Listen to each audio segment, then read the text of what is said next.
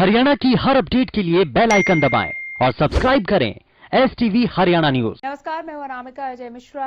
हम इस कार्यक्रम में आज पूरे दिन की 10 सबसे बड़ी खबरों से रूबरू कराएंगे। शुरुआत करते हैं आज की पहली बड़ी खबर के साथ। हरियाणा में राज्यसभा चुनाव के लिए बीजेपी उम्मीदवारों ने आज अपना नामांकन दाखिल किया। जहां दुष्यंत गौतम ने उपचुनाव के लिए नामांकन भरा तो रामचंद्र जांगड़ा ने भी नियमित चुनाव के लिए पर्चा दाखिल किया।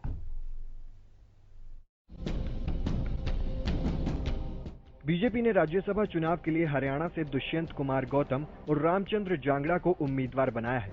आज दोनों उम्मीदवारों ने अपना पर्चा दाखिल किया। जहां दुष्यंत गौतम ने उपचुनाव के लिए नामांकन भरा तो वहीं रामचंद्र जांगड़ा ने नियमित चुनाव के लिए पर्चा दाखिल किया।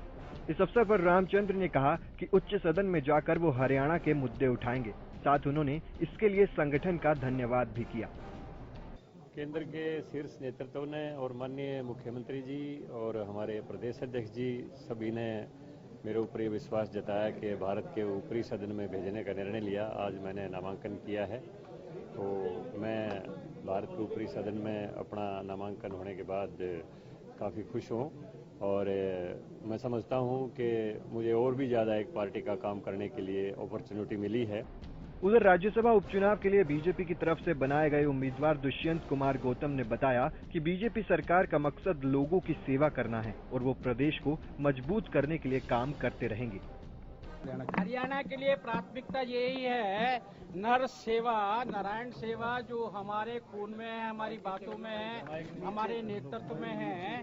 हम लगातार हरियाणा के जनमानस का विकास करेंगे। हरियाणा मजबूत जब होगा जब जहाँ पे रहने वाला हर व्यक्ति मजबूत होगा। जो संसाधन अमीर के घर के अंदर हैं, वो गरीब की झोपड़ी तक, झुग्गी तक पहुँचना चाहिए। सीएम मनोहर लाल ने भी नामांकन कार्यक्रम के बाद दोनों उम्मीदवारों को शुभकामनाएं दी।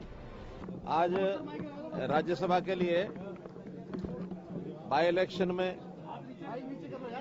हमारे एक कैंडिडेट श्री रामचंद्र जांगड़ा जी ने अपना नामांकन पत्र भरा है और इसी प्रकार एक बाई इलेक्शन भी है जो चौधरी वीरेंद्र सिंह जी के त्याग पत्र देने के बाद सीट खाली हुई थी।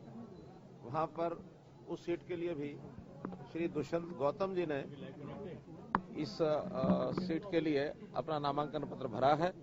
दोनों नामांकन भरे जा चुके हैं। हरियाणा में बीजेपी के लिए राज्यसभा का रण वैसे तो ज्यादा मुश्किल नहीं है। अंकों का गणित बता रहा है कि पार्टी ये दोनों सीटें आराम से जीत जाएगी, लेकिन चुनाव की फाइनल तस्वीर तो परिणाम आने के बाद ही साफ हो पाएगी। Bureau report, Haryana news. Congress की तरफ से राज्यसभा के उम्मीदवार दीपेंद्र हुड्डा ने आज अपना नामांकन दाखिल किया। दीपेंद्र हुड्डा के नामांकन के वक्त उनके पिता और नेता प्रतिपक्ष भूपेंद्र हुड्डा भी मौजूद रहे। दीपेंद्र हुड्डा ने राज्यसभा उम्मीदवार बनाए जाने के लिए कांग्रेस आलाकमान का आभार जताया। रिपोर्ट देखिए। हजारों कयासों, अफवाहों और खबरों को दरकिनार करते हुए कल रात कांग्रेस पार्टी ने दीपेंद्र हुड्डा को राज्यसभा से उम्मीदवार बनाया, जिसके बाद सियासी गलियारों में हलचल थम गई, क्योंकि कहा जा रहा था कि कुमारी शैलजा राज्यसभा में अपनी उम्मीदवारी को लेकर अड़ी हुई है, जबकि भूपेंद्र हुड्डा और दीपेंद्र हुड्डा भी टस से मस नहीं हो रहे। लेकिन कांग्रेस आलाकमान ने किसी भी तरह की शंका को दूर करते हुए दीपेंद्र को अपना उम्मीदवार बनाया। आज दीपेंद्र हुड्डा ने अपना नामांकन दाखिल किया। दीपेंद्र हुड्डा के नामांकन के वक्त नेता प्रतिपक्ष भूपेंद्र हुड्डा भी मौजूद रहे। इस मौके पर दीपेंद्र ने कहा कि संसद में पहुंचने पर वो जनता की आवाज उठाने से पीछे नहीं हटेंगे। मुझे विश्वास है कि विधायकगणों का मुझे साथ मिलेगा, आशीर्वाद मिलेगा और निश्चित तौर से अगर मुझे साथ और आशीर्वाद मिलता है तो मेरा प्रयास होगा कि न सिर्फ हरियाणा के मगर देश के करोड़ों लोगों की आवाज, किसान की, गरीब की, नौजवान की आवाज मैं देश की संसद में रखने का काम करूं। दीपेंद्र हुड्डा ने कांग्रेस आलाकमान को भी इसके लिए शुक्रिया कहा और ये साफ कर दिया कि हरियाणा कांग्रेस एकजुट हो और उसमें किसी भी तरह की कोई गुटबाजी नहीं है। पूरी कांग्रेस पार्टी एकजुट है और श्रीमती सोनिया गांधी जी के नेतृत्व में कांग्रेस की विचारधारा को लेकर पूरी कांग्रेस पार्टी एकजुट है और एकजुटता के साथ ही हम लोग चलते हैं और आपको जैसे दिखाई भी दिया पूरी कांग्रेस पार्टी। सिंधिया जी ने दीपेंद्र ने कांग्रेस प्रदेश अध्यक्ष कुमारी शैलजा का भी धन्यवाद किया और कहा कि उनका आशीर्वाद और साथ सदा मेरे साथ है, जिसके बाद कुमारी शैलजा ने ट्वीट कर दीपेंद्र को बधाई भी दी। हमारी कांग्रेस के प्रदेश अध्यक्ष शैलजा जी के निवास स्थान पर जाके उनसे आशीर्वाद लिया। उनका आशीर्वाद और उनका साथ मेरे साथ है और सभी विधायकों का कोई किसी कारणवश नहीं कोई आ पाया, कांग्रेस के सभी 31 विधायकों का साथ और आशीर्वाद।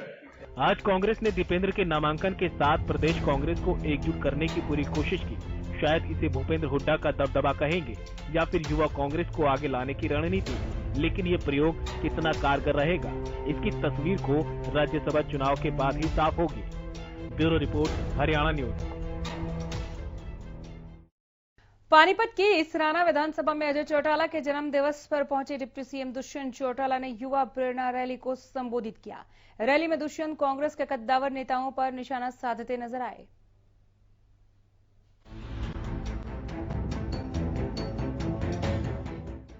आज इसराना में जेजेपी नेता अजय सिंह चौटाला के 59वें जन्मदिन के मौके पर डिप्टी सीएम दुष्यंत चौटाला ने रैली को संबोधित किया। इस मौके पर अजय चौटाला और दिग्विजय चौटाला भी साथ में मौजूद रहे। रैली में डिप्टी सीएम दुष्यंत चौटाला ने कई मुद्दों पर बात रखी। दुष्यंत ने कहा कि युवाओं को रोजगार देने के लिए वो प्रतिज्ञाबद्ध है। चाहते हो कि जल्दबाजी में ऐसा कानून लाया जाए जो हमारे युवा साथियों के भविष्य को अंकुश में डालने का काम करे।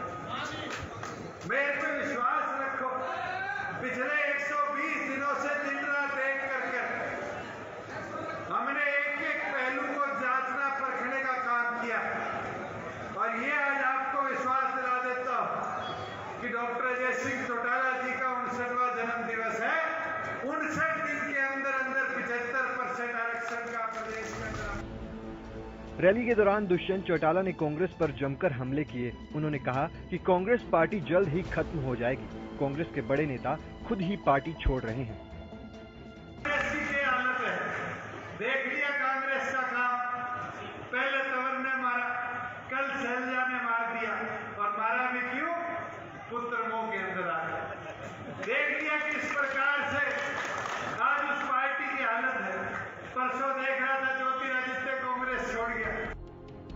इसराना की रैली में दुष्यंत चौटाला ने बीती सरकारों के वादों पर चुटकी लेते हुए कहा कि पिछली सरकारों की बात करें तो उनकी तुलना में उन्होंने पेंशन औरों के मुकाबले बढ़ाई है।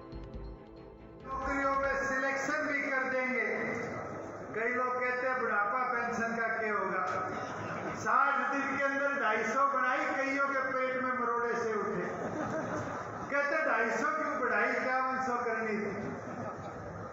आज तो रात में हिस्सेदारी थारी कितनी है, उसके बावजूद भी जो सरकारें पहले रही है 100 रुपए 200 रुपए भी साल में बढ़ाया करती है। दुष्यंत ने अपनी रैली में नई आबकारी नीति के संबंध में कहा कि इससे कोई शराब तस्करी नहीं होगी। अगर कोई ऐसा करता है तो उसे बख्शा नहीं जाएगा। वहीं इस कार्यक्रम में पहुंचे अजय चौटाला ने बिना किसी का नाम लिए दिल में छुपा अपना दर्द बयां किया। अजय चौटाला ने अपने संबोधन में कहा कि जिन लोगों की वजह से हम जेल में हैं, अब समय आ गया है कि जल्द वो भी जेल के अंदर होंगे। हरियाणा न्यूज के लिए इसराना से जितेंद्र शर्मा की रिपोर्ट। हरियाणा सरकार ने प्रदेश में होने वाली सभी रैलियों और सामूहिक कार्यक्रमों पर रोक लगा दी है। कोरोना के बढ़ते खतरे को देखते हुए सरकार ने ये फैसला लिया। कोरोना वायरस के बढ़ते प्रकोप को देखते हुए हरियाणा सरकार ने प्रदेश में होने वाली तमाम रैलियों पर बड़ा फैसला लिया है। सरकार ने अगले आदेश तक प्रदेश में होने वाली तमाम रैलियों पर प्रतिबंध लगा दिया है।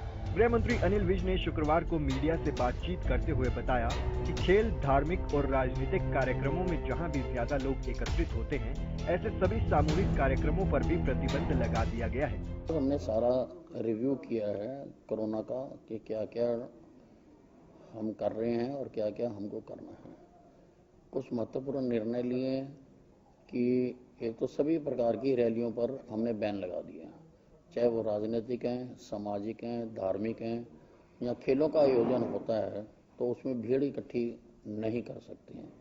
उस पर आगामी आदेशों तक बैन लगा दिया गया है। गृह मंत्री ने बताया कि वो प्रदेश के स्कूलों को बंद करने के पक्ष में नहीं है। अगर किसी बच्चे में इसके लक्षण दिखाई देते हैं तो उन्हें स्कूल न भेजकर फौरन अस्पतालों में बनाए गए आइसोलेशन वार्ड में ले जाकर उनकी जांच कराई जाए। स्कूल बंद करने के हम पक्ष में नहीं है, लेकिन हम ये चाहते हैं कि अगर बच्चों को कहीं फ्लू के सिम्टम हैं तो उन बच्चों को वो स्कूल में ना भेजें, पेरेंट्स स्कूल में ना भेजें। और किसी भी अस्पताल में जो हमने फ्लू सेंटर बनाए हैं, सरकारी अस्पतालों में भी और प्राइवेट अस्पताल में भी, वहाँ पर जाकर दिखाएं। वहीं अनिल विज ने बताया कि सरकार इससे बचाव के लिए प्रदेश में 100 कैंप लगाकर आयुष द्वारा लोगों में मुफ्त दवाइयों का आवंटन करेगी। 100 कैंप सारे हरियाणा में लगाए जाएंगे, जिसमें आयुर्वेदिक दवाइयाँ और होम्योपैथिक दवाइयाँ, यूनानी दवाइयाँ फ्री। दुनिया भर के साथ ही अब देश में भी पांव पसार रहे कोरोना वायरस से निपटने के लिए सरकार लगातार ठोस कदम उठा रही है। ऐसे में हमें भी इससे बचने के लिए सतर्क रहने की जरूरत है। हरियाणा न्यूज के लिए चंडीगढ़ से राकेश गुप्ता की रिपोर्ट। प्रदेश में बोर्ड की परीक्षाएं चल रही हैं, जिनमें विभाग के उन दावों की पोल खुल गई जिसमें नकल रहित परीक्षा जैसे तमाम दावे किए गए थे। रिपोर्ट देखिए। ये तस्वीर शिक्षा विभाग के इंतजामों की पोल खोलती दिखाई दे रही है। ये दीवारों और छतों पर चढ़े लोग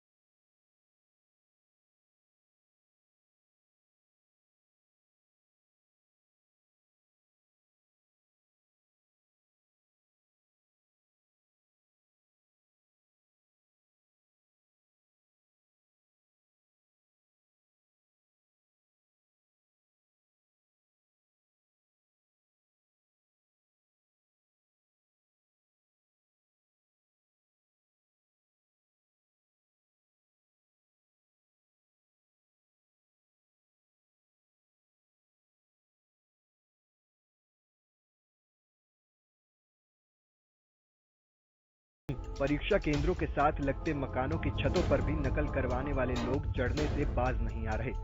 लोगों की छतों पर चढ़कर बच्चे और महिलाएं नकल करवाती नजर आई। नकल का ये वीडियो सामने आने के बाद प्रशासन की तैयारियों की पोल खुल गई। लगातार आ रहे इस तरह के मामलों के बाद कोई भी अधिकारी मीडिया के सामने कुछ भी बोलने को तैयार नहीं है। प्रदेश में लगातार सामने आ रहे मामलों ने शिक्षा विभाग के इंतजामों पर सवालिया निशान लगा दिया है। साथ ही विभाग के नकल रहित परीक्षा के दावों की भी पोल खोल दी है। ऐसे में सवाल ये उठता है कि क्या ऐसी परीक्षाओं से निकलने वाले छात्र देश का भविष्य तय करेंगे?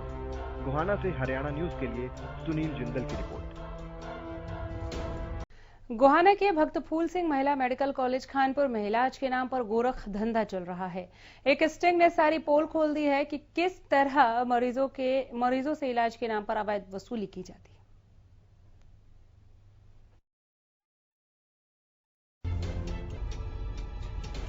इलाज के नाम पर गोरख धंधा, ये सुनकर थोड़ा अजीब लगेगा, लेकिन हकीकत यही है।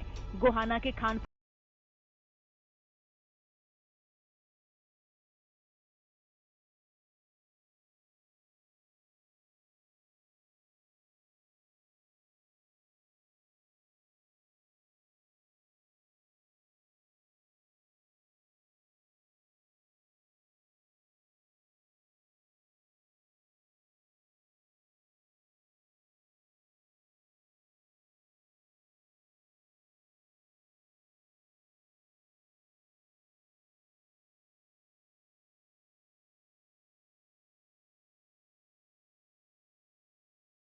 पैसे की लेन देन की बात कर रहे हैं। यहाँ पे मान लो सामान बाहर से लाके हमारे को कोई कुछ बताया नहीं है। सिर्फ 15,000 रुपये जमा करवा लिए गए और उसके मान लो नहीं कोई बिल कुछ नहीं हमारे को बताया गया इसमें क्या डला है क्या नहीं डला है। अस्पताल में मरीजों से तय की गई पेमेंट से दोगुनी राशि वसूल की जाती है।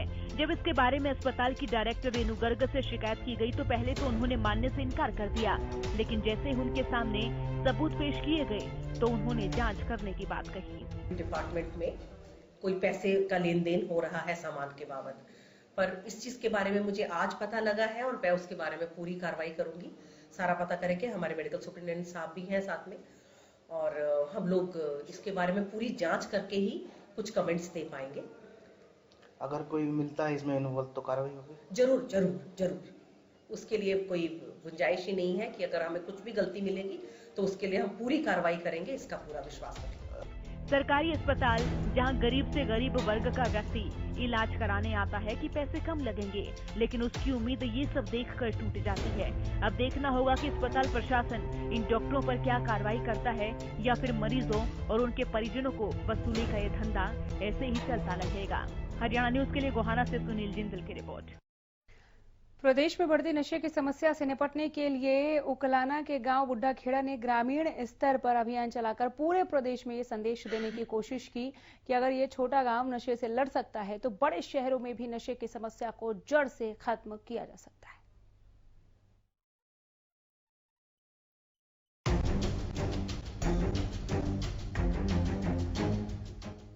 प्रदेश में युवाओं की नशे की लत एक बड़ी समस्या बन गई है। सरकार और प्रशासन की तमाम कोशिशों के बाद भी युवा नशे के दलदल में फंसते ही जा रहे हैं। लेकिन उकलाना के गांव बूढ़ा खेड़ा में लोग सरकार और प्रशासन से अलग खुद इस समस्या से निपटने के लिए आगे आए हैं। नशे के बढ़ते कारोबार को देखकर ग्रामीणों ने बाबा गोकुलनाथ मंदिर में गांव के सरपंच की अध्यक्षता में एक बैठक का आयोजन किया, जिसमें गांव के युवा एकत्रित हुए। हमारे गांव में नशे का प्रकोप बढ़ गया है, जिसमें विशेष रूप से चिट्टे का प्रकोप युवाओं में, तो उसको लेकर के आज गांव के गणमान्य व्यक्ति, युवा, ये सब इकट्ठे हुए थे और एक कमेटी जो है हमें बनानी है। जो नशा बेचने वाले हैं चाहे करने वाले हैं, उनको हम पहले समझाएंगे, प्यार से उनके परिवार से मिलेंगे। यदि फिर भी नहीं मानते हैं तो उनको सार्वजनिक किया जाएगा। इस बैठक में नशे के खिलाफ सबकी सहमति से एक कमेटी गठित की गई, जिसमें फैसला लिया गया कि गांव में जो युवा नशा करते हैं या नशा बेचते हैं, उन्हें ग्रामीण स्तर पर पहले समझाया जाएगा और इसके बाद भी ना मानने की स्थिति में उन पर कानूनी कार्रवाई की जाएगी। इसके अलावा नशे के खिलाफ लोगों ने गांव के बाबा गोकुलनाथ मंदिर में शपथ भी ली। हरियाणा न्यूज के लिए उकलाना से अनूप कुंडू की रिपोर्ट। साइबर सिटी गुरुग्राम की यूनिवर्सिटी भी अब डिजिटल हो गई है। अब स्टूडेंट्स को उनके सर्टिफिकेट और डिग्रियां पेपर पर प्रिंट होकर नहीं बल्कि डिजिटल तरीके से मिला करेंगी। रिपोर्ट देखिए। गुरुग्राम यूनिवर्सिटी हरियाणा की पहली ऐसी यूनिवर्सिटी बन गई है जो पूरी तरह से डिजिटल हो गई। गुरुग्राम यूनिवर्सिटी में स्टूडेंट्स के डिजिटल अकाउंट्स खोले जाएंगे। इससे यूनिवर्सिटी से मिले सर्टिफिकेट और डिग्रियों को इस अकाउंट्स में अपलोड किया जाएगा, ताकि कभी भी स्टूडेंट्स के सर्टिफिकेट और डिग्री गुम होने के बाद भी स्टूडेंट्स को यूनिवर्सिटी के चक्कर ना काटने पड़े और एक क्लिक के साथ ही स्टूडेंट्स को अपने सर्टिफिकेट और डिग्री तुरंत मिल जाए। गुरुग्राम यूनिवर्सिटी में अब सभी स्टूडेंट्स का एक डिजिटल अकाउंट खोला जाएगा। इस अकाउंट्स के अंदर वो सारी फैसिलिटीज मिलेंगी जो स्टूडेंट्स के फ्यूचर में भी उसके लिए बेनिफिशियल होगी। जैसे कि हर अवार्ड्स, जो भी सर्टिफिकेट्स स्टूडेंट्स यहाँ पे गेन करता है, अर्न करता है, that will be in his और हर अकाउंट। वो स्टूडेंट्स के अकाउंट में होगा। वो कहीं भी कभी भी अपने अकाउंट्स को लॉगिन करके उससे प्रिंट आउट ले सकता है। उसको मान लीजिए कोई उसका सर्टिफिकेट गुम हो सकता है, कभी भी फ्यूचर में चाहिए हो सकता है, तो उसको बार बार यूनिवर्सिटी के डिपार्टमेंट में आने की जरूरत नहीं पड़ेगी। स्टूडेंट्स को एक डिजिटल अकाउंट नंबर दिया जाएगा जिसका पासवर्ड स्टूडेंट्स के पास होगा, जिससे स्टूडेंट्स कहीं भी कभी भी अपने सर्टिफिकेट निकाल सकते हैं। इससे पहले सरकारी विभाग और निजी कंपनियों की तरफ से नौकरी पाने वाले लोगों के सर्टिफिकेट और डिग्री को वेरिफिकेशन के लिए यूनिवर्सिटी भेजा जाता था, जिसमें काफी समय लगता था। लेकिन अब एक क्लिक के जरिए सर्टिफिकेट की पूरी जानकारी मिल जाएगी। जो स्टूडेंट है उसको अपने उस अकाउंट से ही ट्रांसफर करना है एम्प्लॉयर को, और वो एम्प्लॉयर उसी से वेरिफिकेशन कर सकता है। जो हम एक लंबा प्रोसेस होता है कि जब जॉब लग जाती है तो एम्प्लॉयर यूनिवर्सिटी में सर्टिफिकेट को वेरीफाई करता है और वहां से रिस्पांस आने में टाइम लगता है, तो वो अब सब डिजिटलाइज होगा और स्टूडेंट्स को इमीडिएटली उसके डॉक्यूमेंट्स की वेरिफिकेशन होगी। साइबर सिटी गुरुग्राम अब एक कदम और आगे बढ़ गया है। अब स्टूडेंट्स के डॉक्यूमेंट्स भी डिजिटल मिलेंगे। हरियाणा न्यूज के लिए गुरुग्राम से संजय राठौर की रिपोर्ट।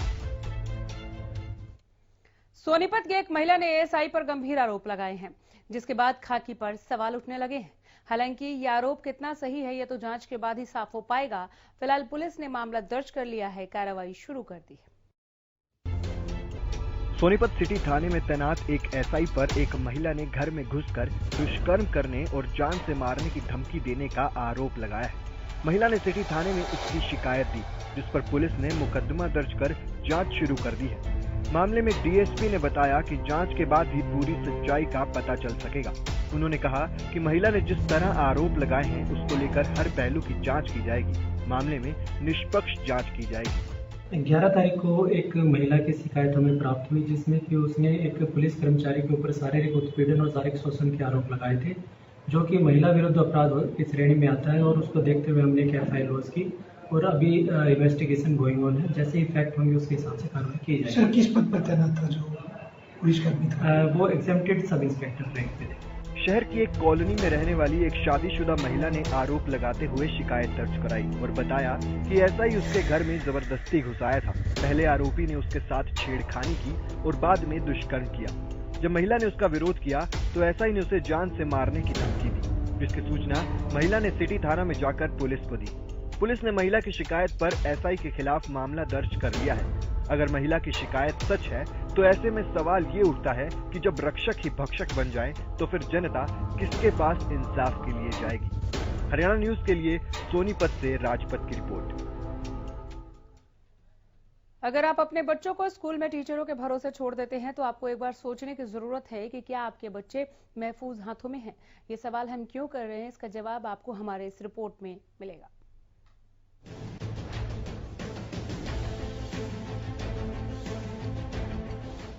स्कूल जिसे शिक्षा का मंदिर कहा जाता है और शिक्षक जिसे गुरु का दर्जा दिया गया है, लेकिन जब गुरु ही बच्चों की जिंदगी में ग्रहण बन जाए तो कैसे देश का भविष्य आगे बढ़ेगा।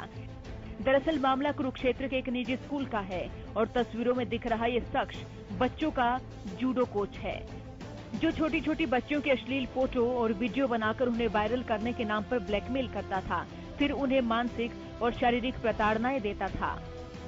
उधर बच्चियों की शिकायत के बाद पुलिस ने आरोपी कोच को हिरासत में ले लिया है। पूरे मामले को लेकर महिला थाना प्रभारी सुनीता ने बताया कि ये कोच लड़कियों से गलत हरकतें करता था और तो और उसने लड़कियों की वीडियो भी बनाई हुई थी, जिसका खुलासा होने के बाद अभिभावकों ने शिकायत दी, जिस पर कार्रवाई करते हुए आरोपी को जेल भेज दिया गया है।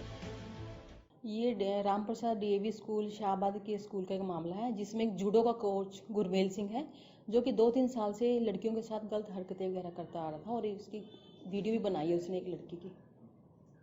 शिकायत आई थी, पेरेंट्स ने शिकायत दी थी, जिसमें 5 लड़कियां सामने आई हैं, जिन्होंने मजिस्ट्रेट के सामने भी 164 के बयान करवाए हैं और इसमें भी यही एलिगेशन लगाए हैं। जांच में 2-3 साल से कर रहा है, तो इसको आरोपी को हमने अरेस्ट कर लिया गया और इनको जेल में भेज दिया गया। अभिभावक कई उम्मीदों के साथ अपने बच्चों को स्कूल पढ़ने भेजते हैं, लेकिन अगर स्कूलों में भी उनकी बेटियां महफूज महसूस न करें तो फिर वो कैसे और किस पर विश्वास करेंगे। हरियाणा न्यूज के लिए कुरुक्षेत्र से भरत सावरी की रिपोर्ट। टॉप 10 हरियाणा रिपोर्ट में इतना ही। नमस्कार।